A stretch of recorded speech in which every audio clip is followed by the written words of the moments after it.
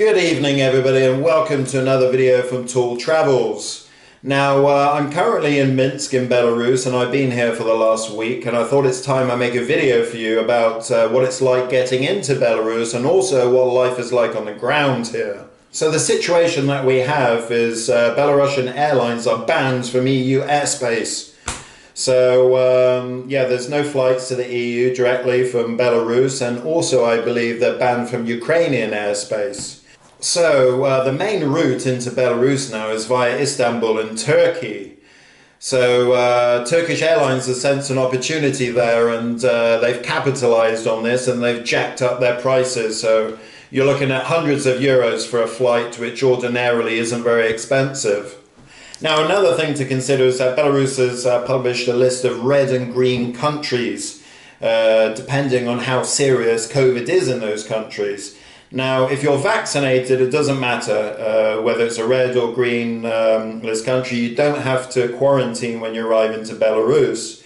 But if you're unvaccinated, then it does matter. So if you're unvaccinated and you're flying from Istanbul to Minsk, then Turkey is a red list country and you're going to have to go into quarantine for 7 days.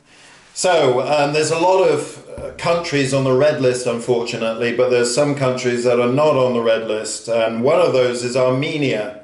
So you can fly maybe from an EU destination direct to Yerevan, then Yerevan into Minsk. If you're unvaccinated and you want to come to Belarus, then you should be looking to come from a green list country. So there's not many green list countries, unfortunately, but one such country is Armenia. So maybe you can find a flight from an EU country to Yerevan in Armenia, then Armenia into Belarus, and then you don't have to quarantine. Now, another thing to consider as a foreigner is that when you're looking at flights going to Minsk, please don't book a flight via Russia, like Moscow or another city, because as a foreigner, you're not allowed to enter Belarus from Russia.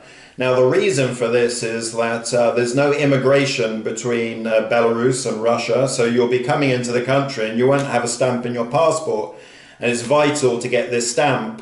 And also it's the same situation when you're leaving the country, so you cannot leave to Russia as well and on to another country. The next thing I wanted to talk about is registration in Belarus. So when you arrive in the country, you need to register at the property that you're staying at. So if you stay in a hotel or maybe a hostel, then they'll do this for you automatically. But if you're renting an apartment, you have to make sure the landlord registers you at that address. And you have to be registered in Belarus within 10 days. So if you don't register at your address in Belarus, it can be very serious indeed, and you could end up getting deported, like me. So yeah, a couple of years ago, I was deported from Belarus for 1 year because I went to stay in an apartment. The landlord told me he registered me, and he didn't. So when you speak to the landlord, make sure he gives you a registration number.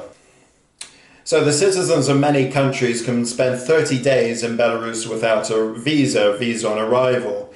But one thing you also need to make sure you have is insurance. So if you don't have insurance to cover your stay in Belarus, then you can actually buy it at the airport. There's a booth just before you come to immigration, and it's in the region of €1 for 1 day. So if you want to stay 30 days, then it's €30. Now, there's many countries that are allowed visa-free into Belarus, but unfortunately there's been a change recently, and they've blocked American citizens from coming into the country visa-free.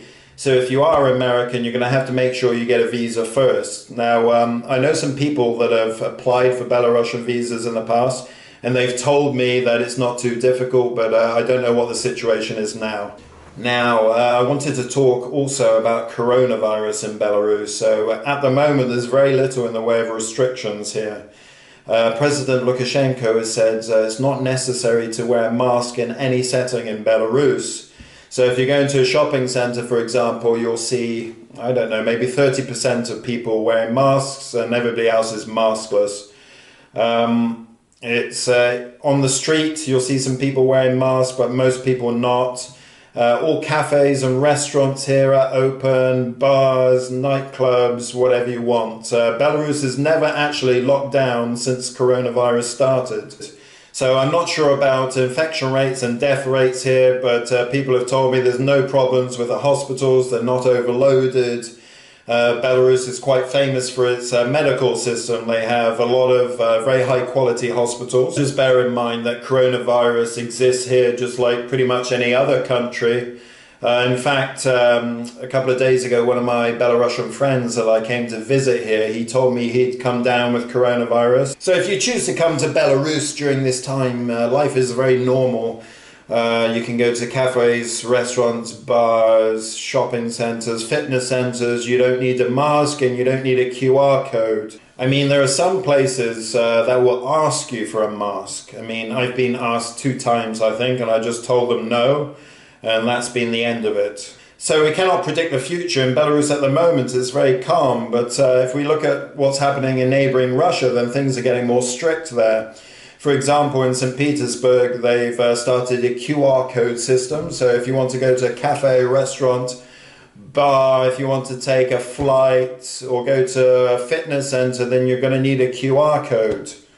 So just one more thing before we go off and explore together. I wanted to talk about the migrant situation in Belarus. So no doubt if you've been watching the mainstream media in the West, then you will have seen some alarmist headlines about migrants that are currently in Belarus trying to get to Poland. So I don't want to go into this topic too deeply, but the situation is when I arrived in Minsk, there was a lot of migrants, refugees, illegal immigrants, whatever you want to call them. I'm going to call them migrants. So there's a lot of migrants in and around the Galleria shopping center. So basically they were taking shelter there, eating and whatnot, and they were arranging their transport to the Polish border. So they weren't causing any problems in Minsk. They had a very clear mission, and that's to get to the Polish border and try to get into the EU. So yeah, when I first arrived, there was quite a lot of them. I'd say maybe 200-300 at a rough estimate, hanging around the Galleria shopping centre and within Galleria shopping centre as well. Now, as time's gone on, that number's become less and less, and I think it might have something to do with the fact that Belarus said they're going to be sending them back on planes to their own countries. So if you're thinking about coming to Belarus, but the migrant situation is somehow dissuading you from coming here, then I would tell you to forget about it, because it's a much worse situation in other countries. For example, at the English Channel, up to 1,000 migrants a day are traveling between France and the UK by boat. So this is pale in comparison. So one more thing I wanted to say about immigration is please don't take what I said as official immigration advice. So you should definitely do your own research about the immigration situation in this country.